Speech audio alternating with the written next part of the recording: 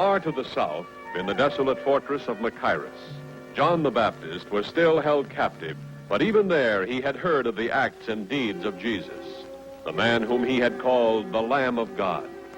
And when two of his followers came secretly to his cell, John begged them to go to Jesus and ask if he was truly the one who was to come. And obedient to John's request, they undertook the long, arduous journey. Northward they traveled, across the hot, bitter, salt shores of the Dead Sea, up the fertile valley of the Jordan, skirting Samaria, coming at last to the Sea of Galilee. Through Kinnereth they journeyed, Tiberias, Magdala, and at last they came to Capernaum. Do you believe that I am able to do this? Let it be done to you according to your faith.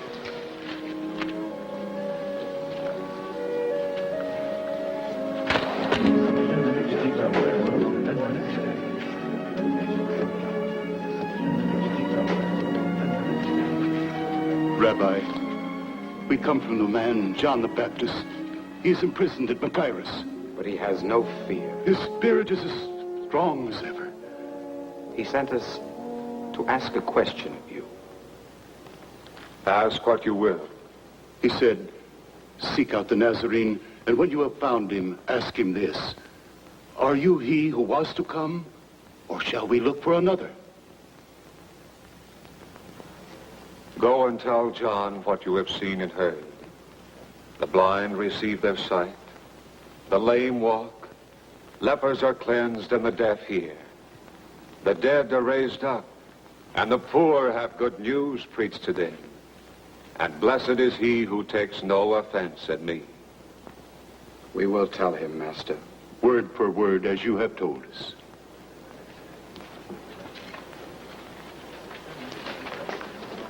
Who are those two?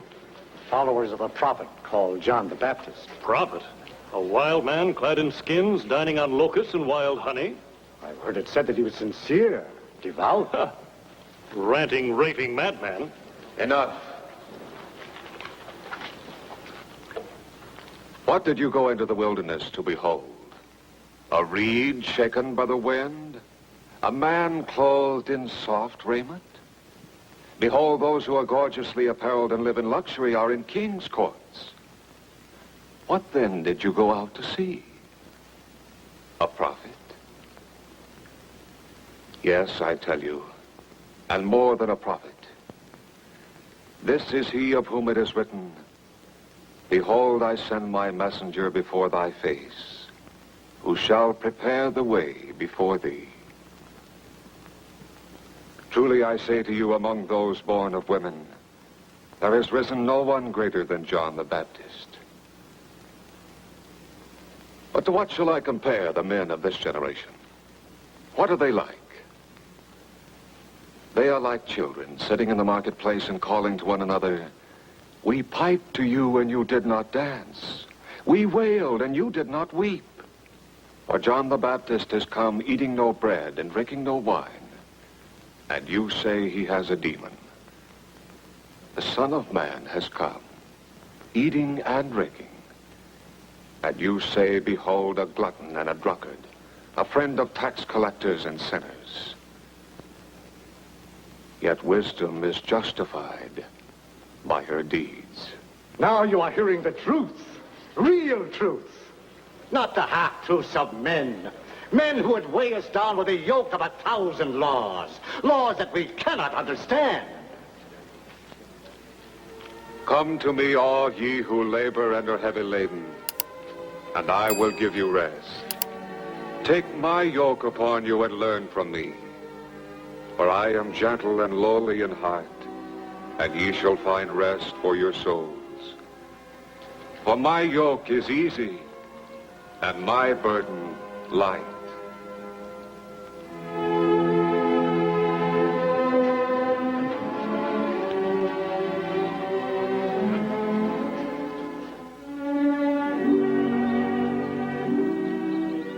While the Master continued with his mission, his disciples, by two and two, were imparting his teachings to the people of Israel, Thaddeus and James the Less. Bartholomew and Thomas, bringing word of a new concept of God's kingdom, of a kingdom in which the living Spirit of God ruled by love.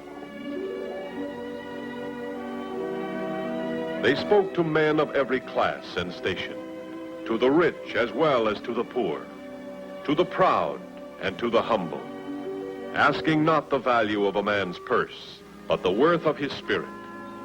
And the truths that Jesus had taught them, they taught to all who received them, explaining as the Master had explained, patient as he was patient with them, eager to share with all men the story of God's love as they had learned it from Jesus' lips. They were plain men, able to speak simply to plain people, the first missionaries of Jesus. They spoke on the streets and in the homes, in the language the humble understood. And as the Master had commanded them, they ministered to the sick, the lame, the afflicted.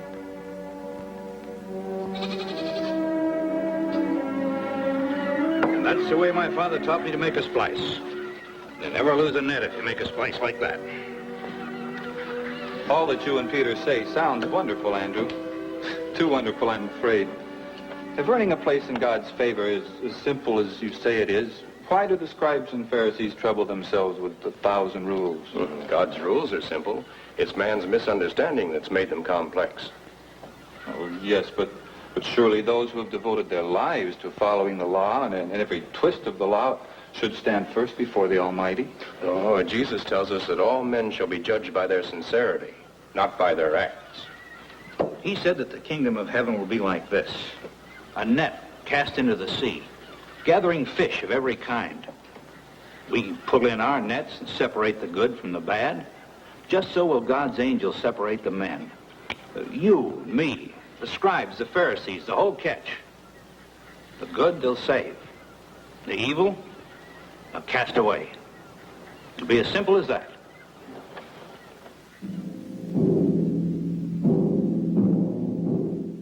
Far to the south, John the Baptist's messengers returned to the grim fortress of Machaerus on the desolate eastern shore of the Dead Sea.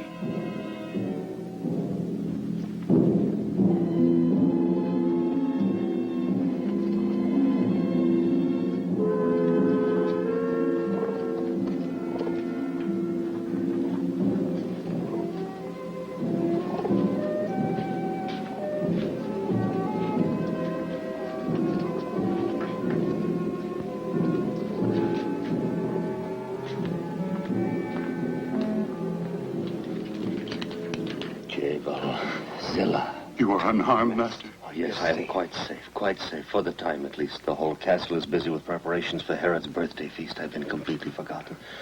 But now tell me, the Nazarene, did you find him?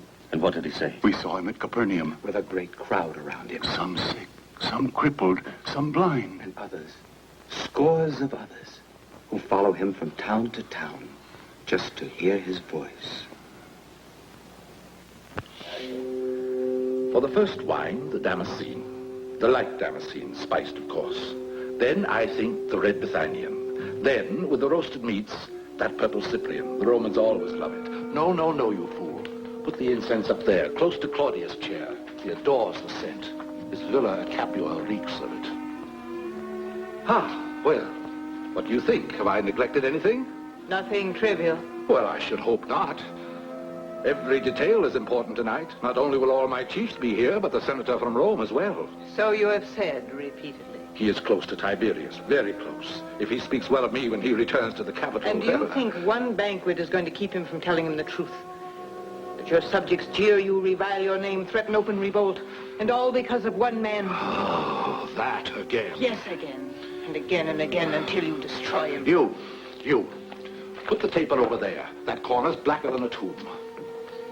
Every hour you let him live, the less the people fear you. Spare him another week, even another day. I have no time for it now. My guests are coming. I must see to 100 things. See to your crown, your kingdom. See what you're about to lose because you fear one man. I do not fear him. You fear his God. I must prepare for the senator. A God Unable to release him from his chains, a god powerless to open the dungeon door. Oh, how Tiberius will laugh when the senator tells him that you fear one unarmed follower of such a god. Enough, silence.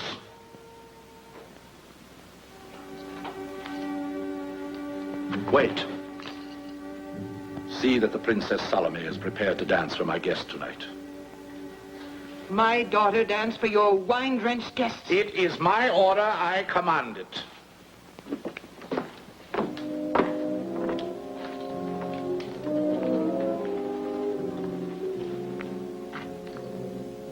Salome, stay in your quarters tonight. Do not leave them. But the Tetrarch ordered You me. are my daughter, not his. Do as I say. It was his thought, not mine. He thought his guests would be flattered if a princess danced for them. The whole country ready to rise because of one man he's too superstitious to execute, and all he thinks of is to flatter his guests. Do you know why he fawns on the emperor's minions? Because he counts on Roman legions and Roman interest to protect him. He is of the Herodian line, but we aren't, not you and I. But surely they would guard us. Guard us? Why, I would be the first one blamed. The woman the Baptist reviled as the symbol of wickedness? I'd be a scapegoat thrown to the mercy of the mobs, and you with me. No, Mother. Go to him. Plead with him. No. No, I've goaded him as far as I dare. But there might be one way. If you did dance tonight, and your dancing pleased him, he would be sure to offer you a reward. A gift as a token of his pleasure. And in the presence of such important guests, he would be eager to appear more than generous. He might even offer you your choice of gifts. No, Mother. You must. You must. Many who followed you now follow him, but none are certain whence he draws his powers. Do you know, Master? Once before, near the Jordan, I was asked this question. My answer is still the same. No one receives anything except what is given him from heaven. As for the people turning to him, so be it. So be it. He who has the bride is the bridegroom. The friend of the bridegroom rejoices in the bridegroom's voice. And therefore this joy of mine is now full. He must increase. I must decrease. Oh, now it is long past time for you to go. I have endangered you holding you this long. Oh, the danger. We are not afraid, Master. You have done well. Extremely well. Now I know a greater peace than I have ever known. May the grace of the Lord be with you. And with you, Master. You, Master.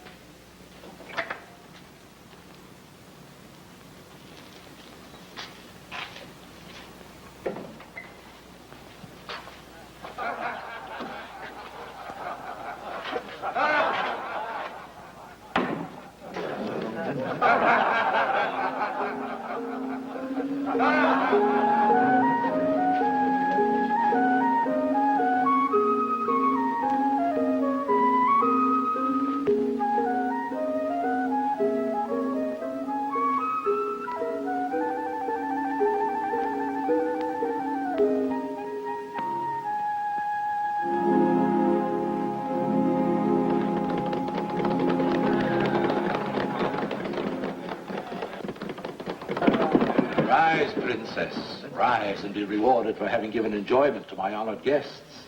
You have pleased us. Now it is my pleasure to please you. Name your reward. One worthy of a princess of the Herodian house. Your Majesty has been so generous to me already. Come, speak up. Your choice of the jewels in my coffer, a villa of your own beside the new palace. Ask me for whatever you wish, and I will grant it. I know not what to say, Majesty. Take time. Think what you most desire. And on my oath as Tetrarch, whatever you ask me for, I will give it to you, even to half my kingdom.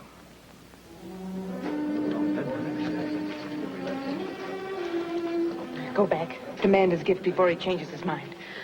But what shall I ask?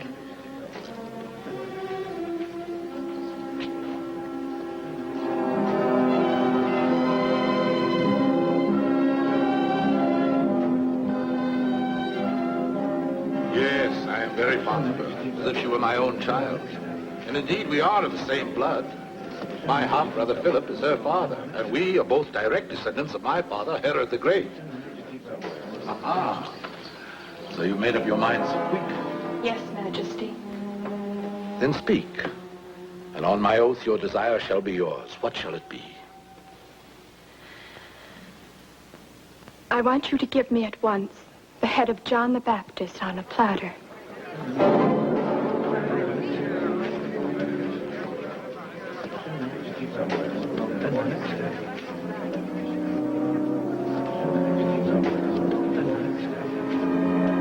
Officer! Officer of the guard! Put the prisoner John to death by the sword and bring his head to me.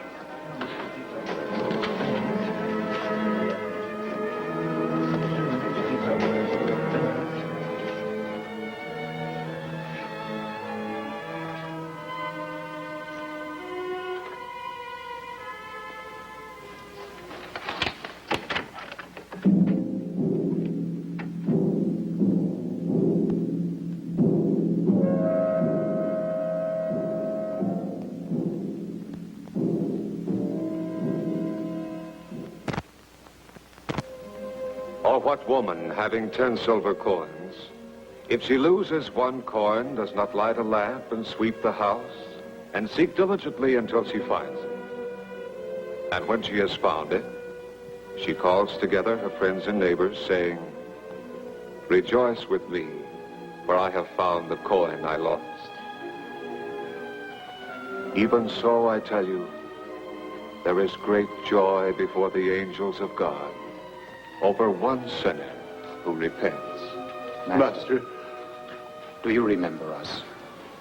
The men sent to me by John the Baptist. Yes, and welcome. We have come to be your followers, Master. We and these 3 who have journeyed with us, they were his followers too. Were? He was beheaded by order of Herod Antipas. We carried the body to a tomb. Now we would follow you.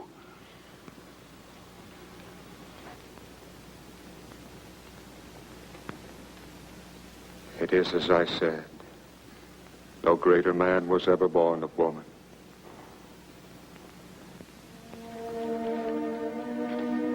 Their first missionary journeys completed, the 12 returned to Capernaum, where Jesus welcomed them.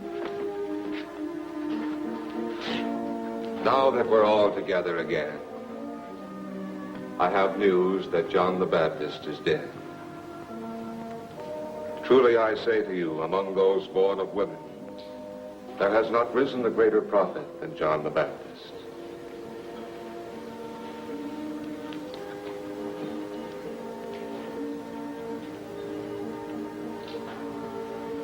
And he said to them, "Come away by yourselves to a lonely place and rest a while." For many were coming and going, and they had no leisure even to eat.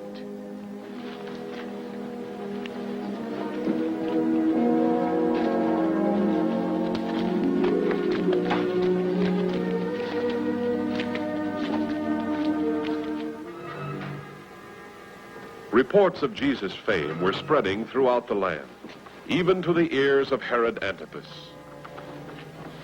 The hour grows late, my lord. Have you an appointment with the dawn? I have no wish to sleep. No? I thought you'd be exhausted. You've slept so little the past weeks. Tossing, turning, muttering in your sleep. I've had bad dreams. Hideous dreams. Was that the messenger from the coast? What gossip had he from Caesarea? None. He came from the Decapolis. He brought reports on a man, Jesus, a rabbi from Nazareth. Things must be dull in Galilee. That's all the news he had to tell. It is said he speaks with the voice of the Lord, wipes away the plague with the touch of a finger, has authority over demons that possess the insane. Oh, really, my lord?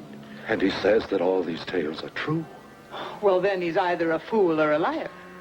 He is no fool, and he would not dare lie to me. The people think the man Jesus is a prophet reborn, Elijah walking the earth again. Or Jonah or Jeremiah. Samaritan folklore.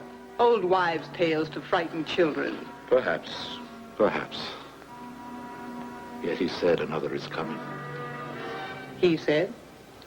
Who said? The man whom I had killed. John they call the Baptist. Another shall come after me, he said, far mightier than I, with power and judgment of the Lord. John claimed he was sent by God. But his God could not save him from the executioner's sword. Surely that proves he was no holy messenger. And that the God whom he called Almighty had no power to... Enough. It may have been God's will that John should die. Why must you interpret everything as the will of John's God? The God of a conquered people, a God whom only the Jews worship. I am a Jew. My father was ruler of all Israel. But you are of the Idumean line, not Israelite. Raised in Greece and Rome, given to worldly knowledge, told of other gods. Why, the Egyptians have a score, the Greeks hundreds, the Romans thousands. If you must plead allegiance to a deity, why not one of them? Bow to another god. A different one? Why not?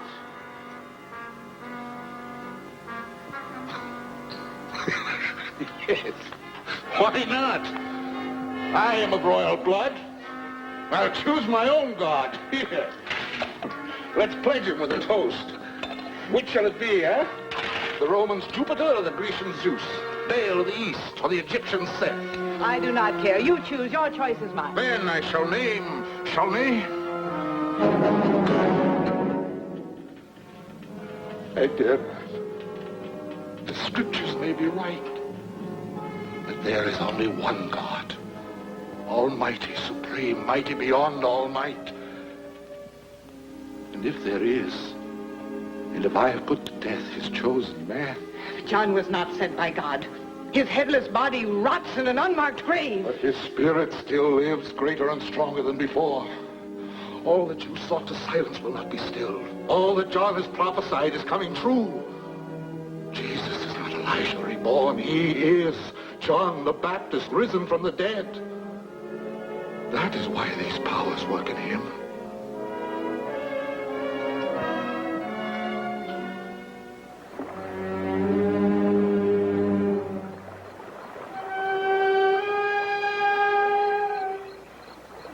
During the days that Herod, fearful and haunted, trembled in his fortress, Jesus continued his earthly mission.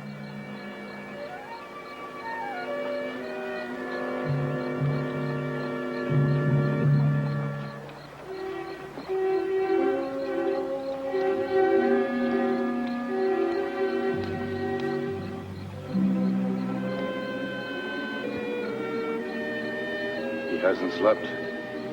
No. He must have loved the Baptist deeply. Andrew tells me that they were kinsmen. But no man can go on day after day without his rest. Not carrying the load that he bears, and the continual demands of the people, and now his grief for John. And the fact that Herod may strike at him next. I doubt if he fears Herod. He should. He has a following, and tyrants live in dread of men with followings.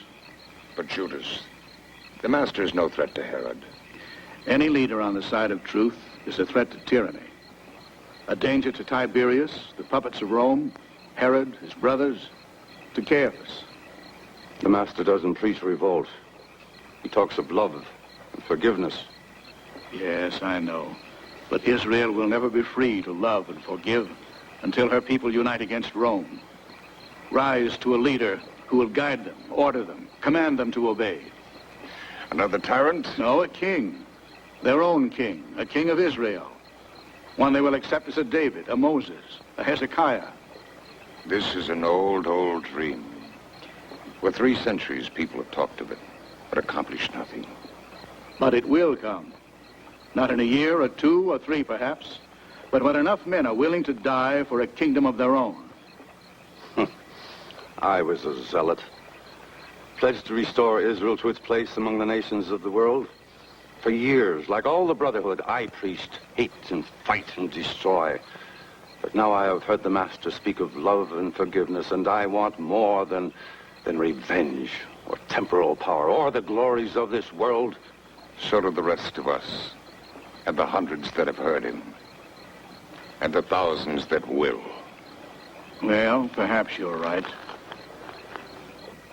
Through that night and the days that followed, a great weight lay on the heart of Jesus. The death of John the Baptist meant more than the loss of a beloved kinsman.